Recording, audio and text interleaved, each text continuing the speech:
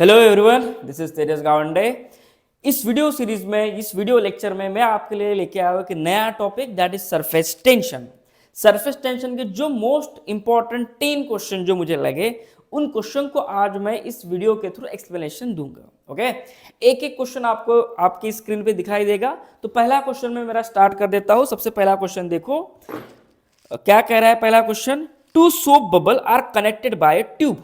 ठीक है, एक ट्यूब दी गई है, एक छोटी सी ट्यूब दी गई है, बीच में एक वॉल भी है, बीच में एक वॉल है, और ये ट्यूब को यहाँ पे एक बबल कनेक्टेड है। ठीक है, यहाँ पे एक दूसरा बबल कनेक्टेड है, लेकिन जिसकी डायमीटर या जिसका साइज बड़ा है।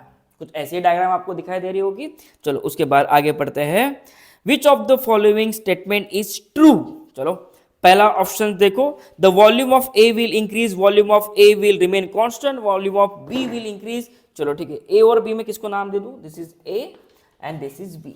सबसे पहले ये जो क्वेश्चन है, this is related to pressure. अब क्या होता है ना, अब हमारे पास एक फॉर्मूला है एक्सेस प्रेशर का, P I minus P O. Okay, वो होता है 2T बाय आर। यानी कि जो प्रेशर है आपका, प्रेशर जो है वो रेडियस को इनवर्सली प्रोपोर्शनल होता है। जिस बबल की या जिस ड्रॉप का रेडियस कम होगा उसका प्रेशर ज्यादा होगा। दिखने में ऐसा लगता है कि यहां से अगर मैं इस वॉल को ओपन कर दूं, इस वॉल को ओपन कर दूं, तो दिखने में ऐसा लगता है कि ये बलून से एयर जो है ऐसे ट्रांसफर होगी और ए में जाएगी और ए का वॉल्यूम इंक्रीज होगा, पर ऐसा नहीं होता है। ठीक है, क्योंकि हमारा जो प्रेशर होता है किसी भी ड्रॉप का, किसी बबल का, वो इनवर्सली प्रोपोर्शनल होता है छोटे रेडियस को। यानी कि जिसकी रेडियस छोटी उसका प्रेशर ज्यादा। यानी कि हमारे इस पूरे डायग्राम में प्रेशर जिसका ज्यादा है वो है आपका बलून नंबर ए। यानी कि यहां से प्रेशर जो है वो बढ़ेगा तो यहां से एयर फ्लो होगी, और एयर फ्लो होने के बाद वो जाएगी आपके बी वाले बबल में। यानी कि बी वाले बबल की जो साइज है वो इंक्रीज होगी और ए की जो साइज है वो डिक्रीज होगी। सिंपल क्वेश्चन था ये। और इस क्वेश्चन का आंसर क्या आएगा बच्चों, फिर इस क्वेश्चन का आंसर आएगा हमारा option number C, that is volume of B will increase. चलो नेक्स्ट क्वेश्चन की तरफ बढ़ते हैं। ये क्वेश्चन मुझे मेरे स्टूडेंट ने भी काफी बार पूछा था, तो मुझे लगा कि एक्सप्लेन कर देना चाहिए, क्योंकि इस क्वेश्चन को देखने के बाद हमें थोड़ा मिसकॉन्सेप्शन ही लगता है। जैसे बड़े बबल के पास ज्यादा एयर है तो छोटे बबल में जाएगी, ऐसा नहीं होता है। क्योंकि जो इनसाइड प्रेशर होता है वो इनवर्सली प्रोपोर्शनल होता है किसे, रेडियस से। चलो नेक्स्ट क्वेश्चन की तरफ बढ़ते हैं बच्चों। नेक्स्ट क्वेश्चन आपको साइड में दिख रहा होगा, a wooden stick 2 metre long is floating on the surface of water. चलो ये मान लीजिए सरफेस ऑफ वाटर है, अगर मैं ऊपर से देखूं तो, और ये कोई नीडल होगी। ठीक है, ये क्या होगी, एक नीडल होगी। चलो इसको और थोड़ा सा ये कर लेते हैं। ठीक है, अब ये नीडल की लेंथ कितनी दी है आपको, 2 metre. Okay, length is 2 metre. उसके बाद आगे बढ़ते हैं। The surface tension of water is 0.07 newton per metre. आगे पढ़ो, आगे इंपॉर्टेंट क्वेश्चन है। By putting the soap solution on one side of the stick, the surface tension is reduced to 0.06 Newton per meter. The net force acting on the surface tension will be। जैसे आपने यहाँ पे needle रख दी, इसके left side में जो liquid है उसका सरफेस टेंशन जो है बच्चों वो है 0.07 न्यूटन पर मीटर। ओके, और इसका जो लेफ्ट साइड वाला, राइट साइड वाला जो पोर्शन है, यानी कि ये वाला पोर्शन है, यहाँ पे आपने सोप सॉल्यूशन डाला है, तो सोप सॉल्यूशन का जो सरफेस टेंशन होता है वो कम होता है। तो ये वाले साइड का जो सरफेस टेंशन है उसने दिया है, इसको मैं T2 कहता हूं। T2 is 0.06 Newton per metre. और राइट साइड का जो सरफेस टेंशन है, इसको मैं लिखता हूं कुछ इस तरीके से, दैट इज T1, और वो दिया गया आपको 0.07 न्यूटन पर मीटर। आया ध्यान में। अब उसने क्या पूछा है, अब उसने पूछा है बच्चों, यहाँ पे सेकंड इंपॉर्टेंट कॉन्सेप्ट है क्वेश्चन में, दैट इज उसने पूछा है नेट फोर्स, एफ नेट। ठीक है, उसने टोटल फोर्स नहीं पूछा। मैं दोनों क्वेश्चन को एक्सप्लेन करता हूं। ये सेम टाइप का क्वेश्चन दो तरीके से पूछ सकते हैं। अगर उसने पूछा है एफ नेट मतलब आपको नेट फोर्स कितना लग रहा है इस स्टिक पे, वो निकालना पड़ेगा। देखो अभी यहां से जो लेफ्ट साइड वाला जो लिक्विड है वो इस स्टिक को ये साइड में फोर्स लगाएगा। चलो इसको मैं नाम देता हूं F1, और राइट साइड वाला जो लिक्विड है जो कि सोप सॉल्यूशन है वो इसे इस डायरेक्शन में फोर्स लगाएगा, दैट इज F2। क्लियर? तो नेट फोर्स क्या होगा बच्चों? नेट फोर्स इन दोनों का सबट्रैक्शन होगा, यानी कि F1 माइनस F2 होगा। तो F1 क्या होना चाहिए बच्चों? Force due to surface tension क्या होता है? Surface tension multiplied by length minus surface tension multiplied by length L। दोनों केस में जो लेंथ है वो सेम है, तो इसको मैं सॉल्व कर सकता हूं। L को बाहर निकाल लेते, T1 इज 0.07 माइनस 0.06, तो ये कितना आ गया? तो length is 2 metre multiplied by 0.01, तो ये आंसर हो गया बच्चों 0.02। क्या ये ऑप्शन में गिवन है? इसके ऑप्शन के अकॉर्डिंग हमें एडजस्ट भी तो करना पड़ेगा। Yes correct, 0.02 is the right answer, ये आंसर होना चाहिए। तो सर अगर इसने ऐसा पूछा होता कि फाइंड द टोटल फोर्स, समझो टोटल फोर्स अगर पूछा होता, टोटल फोर्स, तो मुझे इन दोनों फोर्सेस के एडिशन करनी पड़ती, F1 प्लस F2। सर ऐसा क्यों? टोटल फोर्स पूछने के बाद मुझे इसकी एडिशन क्यों करनी पड़ती है? समझो, जैसे कि मेरी दो हाथ है, एक कोई मुझे 10 न्यूटन से खींच रहा है, एक मुझे कोई यहां से 10 न्यूटन से खींच रहा है, तो नेट फोर्स मेरे बॉडी पे कितना हुआ? 0। लेकिन अगर कोई मुझसे पूछे कि भाई आप कितना न्यूटन का फोर्स फील कर रहे हो, तो मैं कहूंगा भाई मुझे यहां से कोई 10 न्यूटन का खींच रहा है, यहां से कोई 10 न्यूटन का खींच रहा है, टोटल मेरे बॉडी पे 20 न्यूटन का फोर्स लग रहा है। तो ये डिफरेंस था इस क्वेश्चन में, इसीलिए क्वेश्चन को मैंने यहां पे सिलेक्ट किया था। ओके, तो ये क्वेश्चन काफी इजी था, इंटरेस्टिंग था, और थोड़ा सा गलत होने के चांसेस यहाँ पे बच्चों के बढ़ जाते हैं, इसलिए मैंने इस क्वेश्चन को यहाँ पे ले लिया था। ओके, तो इस क्वेश्चन को अच्छे से लिख लो, नोट्स अच्छे से बनाओ।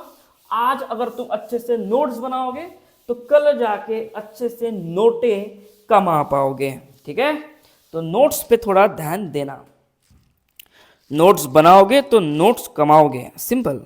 आगे बढ़ते हैं, नेक्स्ट क्वेश्चन आपको दिख रहा होगा स्क्रीन पे। The energy needed to break a drop of radius capital R into n drops of radius small r। चलो ठीक है, इस क्वेश्चन को मैं लिख लेता हूं। आपके पास दिया गया है the energy needed to break drop. चलो ठीक है, आपके पास एक बड़ा ड्रॉप दिया गया है जिसकी रेडियस कैपिटल R गिवन है। इसे मुझे छोटे छोटे ड्रॉपलेट्स में कन्वर्ट करना है, छोटे छोटे ड्रॉपलेट्स में कन्वर्ट करना है जिनकी रेडियस स्मॉल r है, और ऐसे हमारे पास कैपिटल N इतने ड्रॉपलेट्स बनने वाले हैं। ठीक है, चलो this is a drop and this is a droplet.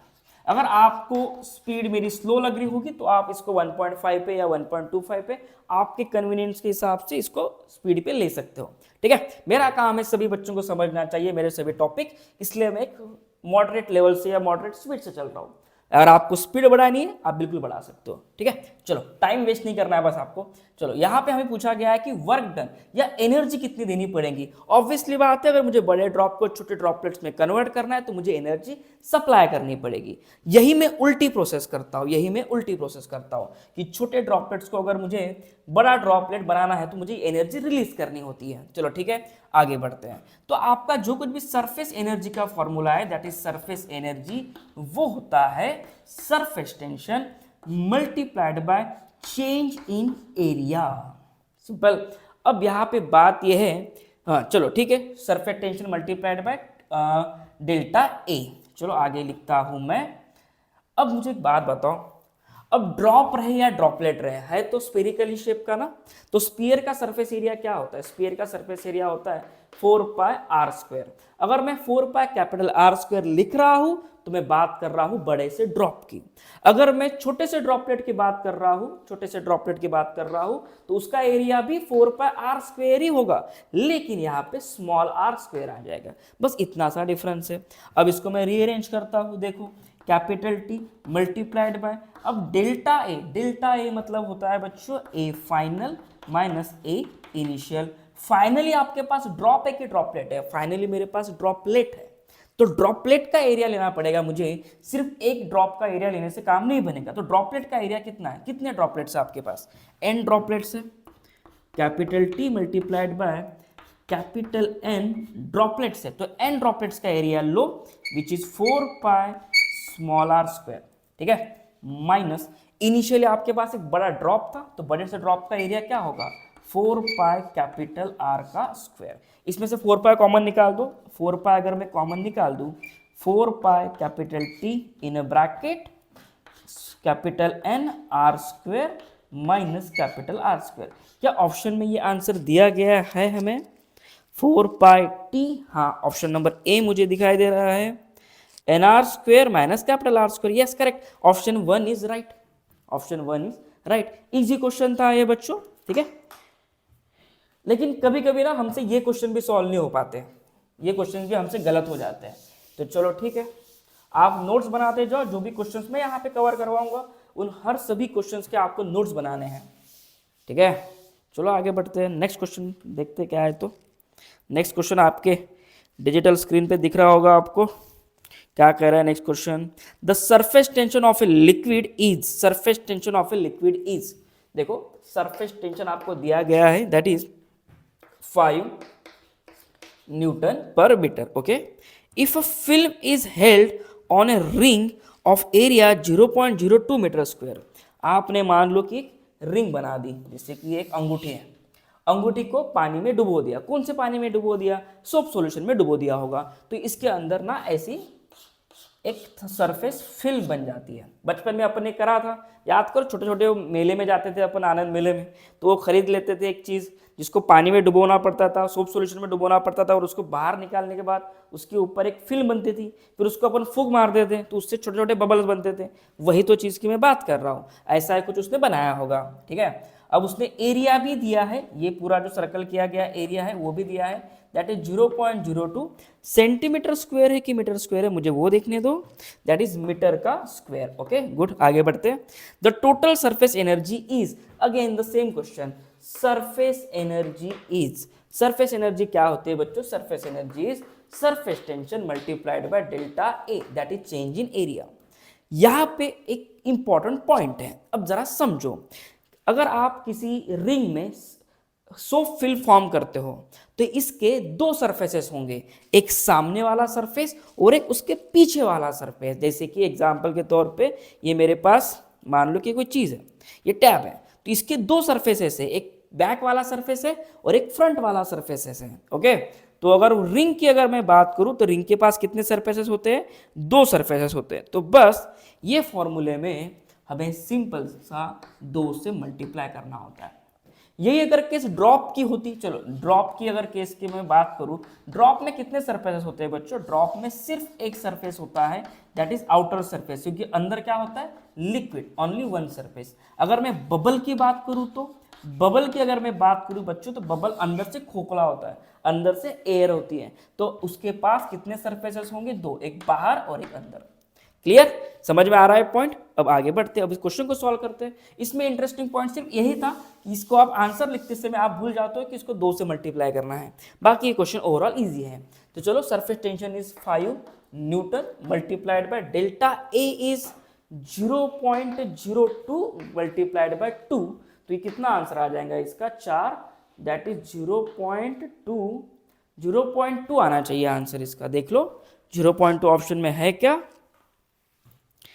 0.2 को मैं क्या लिख सकता हूँ? दैट इज 2 10⁻⁻1 जूल, इतना आंसर आना चाहिए। Yes correct, the correct answer is second B. Okay next 50, next question पे बढ़ते हैं बच्चों। नेक्स्ट क्वेश्चन थ्योरेटिकल क्वेश्चन दिख रहा है और एकदम हलवा क्वेश्चन है, एकदम इजी क्वेश्चन है। आप उस क्वेश्चन को पढ़ो और सॉल्व करने की कोशिश करो। देखो क्या है क्वेश्चन कह रहा, तब तक मैं इसको इरेज कर देता हूँ। चलो फटाफट next question. A liquid drop दिया गया है हमें। जब भी ड्रॉप दिया गया ना तो इसको ऐसे ड्रॉ करना, जब भी बबल दिया गया हो उसको ऐसे ड्रॉ करना। छोटे छोटे चीजें होते हैं, लेकिन ना ये मेन पेपर पे ना आप गलतियां नहीं करोगे। चलो आगे बढ़ते हैं। ड्रॉप दिया गया है हमें, isolated from its surrounding, break into number of droplet. इस बड़े से ड्रॉप का छोटे छोटे ड्रॉपलेट्स बनाया उसने। क्या बना? ड्रॉपलेट्स बना दिया, ठीक है। The temperature of the droplet will be. अब मुझे बताओ, ये बड़ा ही सिंपल सा क्वेश्चन है। तुमने कटिंग करते समय तुम्हारा जो कटिंग करने वाला बंदा रहता है वो तुम्हारे सर के ऊपर स्प्रे लगाता है, बड़ा अच्छा लगता है अपने को स्प्रे मारा तो किसी ने, क्यों? क्योंकि वो ठंडा लगता है। सेम अगर आपके बॉडी पे कोई डिओड्रेंट भी मारते हो ना आप, ठंडा लगता है हमें। ये वही तो केस है, जब भी आप किसी बड़े से ड्रॉपलेट को छोटे छोटे ड्रॉपलेट में कन्वर्ट करते हो तब आपका नहीं, ये ड्रॉपलेट्स का जो टेम्परेचर है वो डिक्रीज होता है, टेम्परेचर क्या होता है, डिक्रीज होता है। तो इस क्वेश्चन का आंसर तो हमें जनरल ऑब्जर्वेशन से भी मिल सकता था। The correct answer is C, less than T. ठीक है, नेक्स्ट क्वेश्चन। टाइम पास नहीं करेंगे हम, फटाफट से क्वेश्चन को सॉल्व करने की कोशिश करेंगे। नेक्स्ट क्वेश्चन की तरफ बढ़ते हैं। अ रेक्टेंगुलर फिल्म, चलो नेक्स्ट क्वेश्चन पढ़ो और तुम लोगों को मैं टाइम देता हूँ 1 मिनट का, करो सॉल्व उसको। अगर तुमसे सॉल्व हो पाया तो बहुत अच्छी बात है। कहाँ गया है क्वेश्चन? क्वेश्चन मेरा गुम हो गया, 2 मिनट। और रेक्टेंगुलर फिल्म ऐसे कुछ होगी। हमने रेक्टेंगल बना दिया, फिल्म है मतलब इसके अंदर वही हमने इसको सोप सॉल्यूशन में डुबोया होगा और इसमें फिल्म बन गई होगी। ओके चलो, उसके बाद ये क्वेश्चन बार बार क्यों जा रहा है? कितने बाय कितने का है ये 4 बाय 2 का है, ये सेंटीमीटर, 4 सेंटीमीटर बाय 2 सेंटीमीटर का है। ठीक है, उसके बाद इसके बाद इसको ना एक्सपांड किया गया, कितने बाय कितने का, 4 centimetre bye 5 centimetre. Okay, 4 centimetre bye 5 centimetre, ये हो गया 5 और ये हो गया 4। ठीक है, अब उसने क्या पूछा है बच्चों, और वर्क डन दिया है। ये सब होने में जब आप किसी रेक्टेंगल का एरिया बढ़ाते हो तो वर्क डन जो दिया है हमें, that is 3 10 to the power -4 joule. और पूछा क्या है रे, पूछा है हमें the value of surface tension. ये भी एकदम हलवा सवाल है, एकदम इजी सवाल है। क्या होता है रे, work done is surface tension multiplied bye, जल्दी बोलो, डेल्टा ए। बस इतना फॉर्मूला लिखने से होगा क्या? नहीं, यहाँ पे आपने एक मिस्टेक कर दी। कितने सरफेसेस होते हैं उसको, एक सामने वाला सरफेस और एक पीछे वाला सरफेस, तो यहाँ पे कितने से मल्टीप्लाई करना पड़ेगा? 2 से। अब डेटा डालते हैं सब कुछ। चलो, वर्क डन आपको दिया है that is 3 10 to the power -4 equals to surface tension T. Delta A यानी क्या होता है? डेल्टा ए मतलब होता है बच्चों final area minus initial area multiplied by 2। ठीक है, उस 2 को इधर लेके आ जाते हैं। 3 10 to the power -4 upon 2 equals to surface tension. अब फाइनल एरिया है ये, फाइनल एरिया कितना होगा बच्चों? 4 इंटू 5 दैट इज 20। हाँ, दूसरी इंपॉर्टेंट चीज, ये सेंटीमीटर स्क्वायर में आएगा। ठीक है, मैं लिखता हूँ पहले पूरा इसको, 20 सेंटीमीटर स्क्वायर में है। इनिशियल एरिया कितना है? 4 इंटू 2 दैट इज 8। ठीक है, ये फाइनल आंसर सेंटीमीटर स्क्वायर में है, इसलिए मैंने 10 टू द पावर -4 से मल्टीप्लाई कर दिया ताकि ये मीटर स्क्वायर में कन्वर्ट हो जाए। चलो नेक्स्ट, अब इसको सॉल्व करते हैं। 3 चलो 10 to the power -4 10 to the power -4 cancel, so 3/2 ये कितना होगा? 12। ये है आपका सरफेस टेंशन, तो ये हो गया 4 दैट इज 1/8। ये है आपका सरफेस टेंशन। 1/8 मतलब कितना हो जाएगा? 0.16। 16 से थोड़ा ज़्यादा होना चाहिए ये। The value of surface tension is, अपना तो 1/8 आंसर आया ना, इसमें ऑप्शन में तो नहीं है, ऑप्शन में है 0.125। ये आएगा आंसर बच्चों, 0.125 ये आंसर आएगा। ठीक है, इजी क्वेश्चन है, टाइम वेस्ट नहीं करेंगे, आगे बढ़ते हैं। हाँ, ये क्वेश्चन सॉल्व करके दिखाओ मुझे, नेक्स्ट वाला। नेक्स्ट क्वेश्चन आपको दिख रहा होगा आपके स्क्रीन पे, ये क्वेश्चन बना के दिखाओ।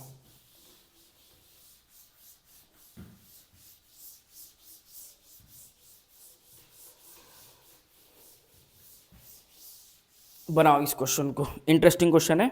N air bubble of radius smaller in water is at a certain depth below the water surface. चलो पहले तो डायग्राम बनाना सीखो, हर क्वेश्चन के पीछे ना एक छोटे से डायग्राम बना लिया करो। आपके पास एक एयर बबल है, एयर बबल मतलब इसके अंदर एक छोटा सा बबल होगा। ठीक है, कितने डेप्थ में नीचे है वो अपने को नहीं पता। Let suppose this is H इतने डेप्थ पे है। ठीक है, P is the pressure inside the bubble, इसके अंदर का प्रेशर कितना दिया है हमें? P। ठीक है, उसके बाद में एटमॉस्फेरिक प्रेशर दिया है, डेंसिटी ऑफ वाटर दिया है, सरफेस टेंशन ऑफ वाटर दिया है, और पूछा क्या है कि उसकी हाइट निकालो या डेप्थ निकालो। निकाल सकते हैं। पहले तो मुझे ये बताओ, कोई भी आपके पास बबल है या ड्रॉप है तो इसका एक फॉर्मूला होता है, इसके अंदर एक प्रेशर होता है और एक बाहर प्रेशर होता है। सो द प्रेशर इनसाइड यानी कि PI minus PO equals to, अगर ये ड्रॉप होता या एयर बबल है, एयर बबल को कितने सरफेसेस होते हैं बच्चों? एयर बबल को भी एक ही सरफेस होता है अंदर से, बाहर उसके लिक्विड है तो सरफेस नहीं कहलाता। तो इसका फॉर्मूला आता है 2T/r या कैपिटल R जो भी है। अब उसने पूछा क्या है, हमें हमें पूछा है उसने, देखो अभी और एक चीज, इसके अंदर का प्रेशर उसने बोला है P, यानी कि PI की जगह मैं क्या लिखने वाला हूँ, PI की जगह पे मैं लिखने वाला हूँ P। लेकिन P आउटसाइड प्रेशर जो है, आउटसाइड, ये दो लोगों का कॉम्बिनेशन है। कैसे? आउटसाइड प्रेशर बच्चों ये ड्यू टू लिक्विड कॉलम भी आएगा, ठीक है, आउटसाइड प्रेशर जिसको हम रो GH कहते हैं, ओके। लेकिन साथ ही साथ इसके ऊपर देखो एयर होगी, तो ये एयर का भी तो प्रेशर आउटसाइड में ऐड होगा, तो इसलिए हमें एटमॉस्फेरिक प्रेशर जो भी है उसे ऐड करना पड़ेगा, PATM। क्लियर? ये है आपका टोटल आउटसाइड प्रेशर। अब इसको बस वैल्यूज में डालना है हमें, यानी कि PI की वैल्यू में डालता हूं P माइनस PO की वैल्यू ये डालना पड़ेगा rho GH minus P atmosphere that is PA, ऐसा लिखता हूं मैं, equals to 2T by small r। मुझे चाहिए H, तो पहले इसको रीअरेंज करो, P minus P atmosphere minus आ जाएगा ये, सही है, 2T by small r equals to rho GH। तो यहाँ से H चाहिए तो रो G से सबको डिवाइड कर दो, P minus PA divided by rho G minus 2T by rho GR equals to H। ये आंसर होना चाहिए। तो ये ऑप्शन में है क्या, देख लो, थर्ड ऑप्शन देख लो, P माइनस PO। इसे उन्होंने PO मतलब एटमॉस्फेरिक प्रेशर दिया है, देखो क्वेश्चन में भी दिया होगा, मैंने PO मतलब टोटल आउटसाइड प्रेशर ले लिया है और एटमॉस्फेरिक प्रेशर को मैंने PA से दिखाया, तो the correct answer is option number C। चलो नेक्स्ट क्वेश्चन पे बढ़ते हैं। नेक्स्ट क्वेश्चन इजी है, एकदम हलवा क्वेश्चन है, बनाओ जल्दी तुम लोग, एकदम थ्योरेटिकल क्वेश्चन है। इसमें से कौन सा यूनिट जो है वो सरफेस टेंशन का नहीं है, वो तुम लोग बताओ अभी देख के फटाफट से। देखो जितने भी यूनिट है सरफेस टेंशन के मैं सभी डिस्कस कर लेता हूँ यहाँ पे। बेसिक जो सरफेस टेंशन का फॉर्मूला होता है that is force per unit length. अब फोर्स का यूनिट है न्यूटन और लेंथ का यूनिट है मीटर, सही है। चलो उसके बाद न्यूटन को मैं एक पहला यूनिट है ये ऑप्शन 1 में दिया है, न्यूटन को मैं लिख सकता हूँ kg मीटर पर सेकंड का स्क्वायर अपॉन मीटर, तो मीटर मीटर कैंसिल, तो मेरे ख्याल से दूसरा यूनिट जो मिला हमें वो मिला kg पर सेकंड का क्या है स्क्वायर, ये भी करेक्ट है, ठीक है। दूसरा आंसर है, यहां से जाना पड़ेगा मुझे, देखो न्यूटन पर मीटर, यहाँ पे मैं मीटर से मल्टीप्लाई और मीटर से डिवाइड ऐसा लिखता हूं मैं, तो ऊपर क्या आएगा न्यूटन मीटर अपॉन मीटर का स्क्वायर। न्यूटन मीटर मतलब होता है बच्चों energy, force into displacement energy, तो ये हो गया जूल पर मीटर का स्क्वायर। तो 3 ऑप्शन करेक्ट है। चौथा ऑप्शन दैट इज वैट पर मीटर, ये रॉन्ग है, गलत ऑप्शन है वो। नेक्स्ट थ्योरेटिकल क्वेश्चन देख लो, और एक क्या दिया है theoretical question, if the temperature increases the surface tension of a liquid. Temperature जब भी बढ़ता है सरफेस टेंशन घटता है, हमेशा याद रखना। टेम्परेचर जब भी इंक्रीज होगा, टेम्परेचर जब भी इंक्रीज होगा सरफेस टेंशन डिक्रीज होगा। क्यों ऐसा? देखो क्या होता है ना, टेम्परेचर बढ़ने से, इसका एग्जांपल मैं आपको ऐसे भी दे सकता हूँ, आपके घर में जो भी वॉशिंग मशीन होगी या फिर अगर आप कपड़े धोते हो तो गर्म पानी में और ठंडे पानी में अगर आप कपड़े धोने की कोशिश करोगे तो आपको बहुत बड़ा डिफरेंस क्रिएट होगा। गर्म पानी में जैसे आप कपड़े धोने जाओगे ना, वो कपड़ा जो है खुद से ही उसका जो कलर होगा वो बाहर फेंक देगा, कलर को मतलब पानी जो है पूरा कलरफुल हो जाएगा। ऐसा क्यों? क्या किया आपने? Just because of rising temperature surface tension जो होता है लिक्विड का डिक्रीज होता है, और वो जो छोटे छोटे थ्रेड्स होते हैं अपने कपड़ों के बीच में, उसके अंदर तक पानी चला जाता है। तो हमेशा याद रखना कि अगर हम टेम्परेचर बढ़ाते हैं तो सरफेस टेंशन डिक्रीज होता है। नेक्स्ट क्वेश्चन चलते हैं आगे। चलो थ्योरेटिकल क्वेश्चंस हो गए, और एक क्वेश्चन ले लेते हैं। न्यूमेरिकल क्वेश्चन दिख रहा है मुझे एक, ठीक है, ये एकदम इजी क्वेश्चन है, हलवा क्वेश्चन है, ये तुम लोग भी सॉल्व करते बैठो। इसको तो मैं थोड़ा सा एक्सप्लेन कर दूंगा, फॉर्मूला बता दूंगा और इसका करेक्ट आंसर बता के आगे बढ़ जाऊंगा मैं, ठीक है। चलो क्या कह रहे हैं क्वेश्चन, स्पेरिकल ड्रॉप है, पहली बात तो ड्रॉप दिया गया है। ड्रॉप के केस में क्या होता है, हैज रेडियस इज कितना mm दिया है 1 mm। तो जनरली mm दिया है तो इसको पहले कन्वर्ट कर दो, 1 mm मतलब 10⁻³ मीटर, ठीक है। उसके बाद सरफेस टेंशन दिया आपको, सरफेस टेंशन दिया है that is 70 × 10⁻³ newton per metre. The difference in pressure outside and inside, उसने सिंपल PI माइनस PO पूछा है। पी आई माइनस पी होता है 2t/r, अगर ड्रॉप की केस है तो। बबल होता तो इसको 2 से मल्टीप्लाई करते हैं, क्योंकि बबल के कितने सरफेस होते हैं बच्चों, 2। तो simple, this is 2, surface tension is 70 10⁻³ upon r, r कितना है 10⁻³ ये कैंसिल आउट हो जाएगा। द आंसर इज 140 पास्कल या न्यूटन पर मीटर स्क्वायर। तो ये ऑप्शन में है, yes correct, third answer is correct. Last question देख लो इस सीरीज का। Small droplet of liquid are usually more spherical in shape than larger drop of liquid. देखो, आपने अगर देखा होगा तो जो बूंद गिरता है, जनरली बूंद को हम ऐसा दिखाते हैं, कभी नोटिस किया, ठीक है। लेकिन छोटे छोटे जो ड्रॉप्स होते हैं, छोटे ड्रॉप्स, वो प्रॉपर स्फेरिकल होते हैं। ऐसा क्यों? क्योंकि बच्चों पहली बात तो ये है कि ड्रॉप हमेशा स्फीयर क्यों बनने की कोशिश करता है, पहले ये समझो। ड्रॉप इसलिए स्फेरिकल बनने की कोशिश करता है क्योंकि स्फीयर का सरफेस एरिया, अच्छे से सुनो अब मैं क्या कह रहा हूं, सरफेस एरिया सबसे कम होता है। किसका सरफेस एरिया कम होता है? स्फीयर का सरफेस एरिया सबसे कम होता है। तो उसको, ये ड्रॉप को, ये बबल को सरफेस एरिया कम क्यों करना है? एनर्जी स्टेबिलिटी के लिए उसको स्टेबल होना पड़ता है, और स्टेबल होने के चक्कर में वो लगाता है सरफेस टेंशन का फोर्स, जिसके कारण उसका शेप जो है प्रॉपर स्फेरिकल होता है। लेकिन अगर मैं बड़ा ड्रॉप लूँ तो बिगर ड्रॉप जनरली प्रॉपर स्फेरिकल नहीं बन पाते। ऐसा क्यों? क्योंकि बिगर ड्रॉप का जो कुछ भी वेट होगा वो वर्टिकली डाउनवर्ड होता है, इसका भी तो वेट वर्टिकली डाउनवर्ड होता है। अगर आपका वेट, सेल्फ वेट या ग्रेविटेशनल फोर्स mg, अगर ये ग्रेटर हो गया सरफेस टेंशन के फोर्स से, तो आपका बबल या ड्रॉप कभी प्रॉपर स्फेरिकल नहीं बन पाएगा। आया ध्यान में? तो यहाँ पे इस क्वेश्चन का करेक्ट आंसर क्या होगा बच्चों? ऑप्शन नंबर 2 देखो, the force of surface tension predominates the force of gravity. ये कौन से केस में होगा? ये वाले केस में सरफेस टेंशन की वैल्यू ज्यादा होती है ग्रेविटेशनल फोर्स से, उसके कारण स्मॉलर ड्रॉपलेट प्रॉपर स्फेरिकल बन पाते हैं। ठीक है, वीडियो अच्छा लगा तो वीडियो को लाइक जरूर कर देना, और इस सीरीज में कंटिन्यूशन में रहना। मैं हर दिन हर नए लेक्चर के साथ आऊँगा और पूरे टॉपिक को कवर कर दूंगा, ईच एंड एवरी चैप्टर के। ठीक है, so thank you so much everyone for watching this video. Bye everyone.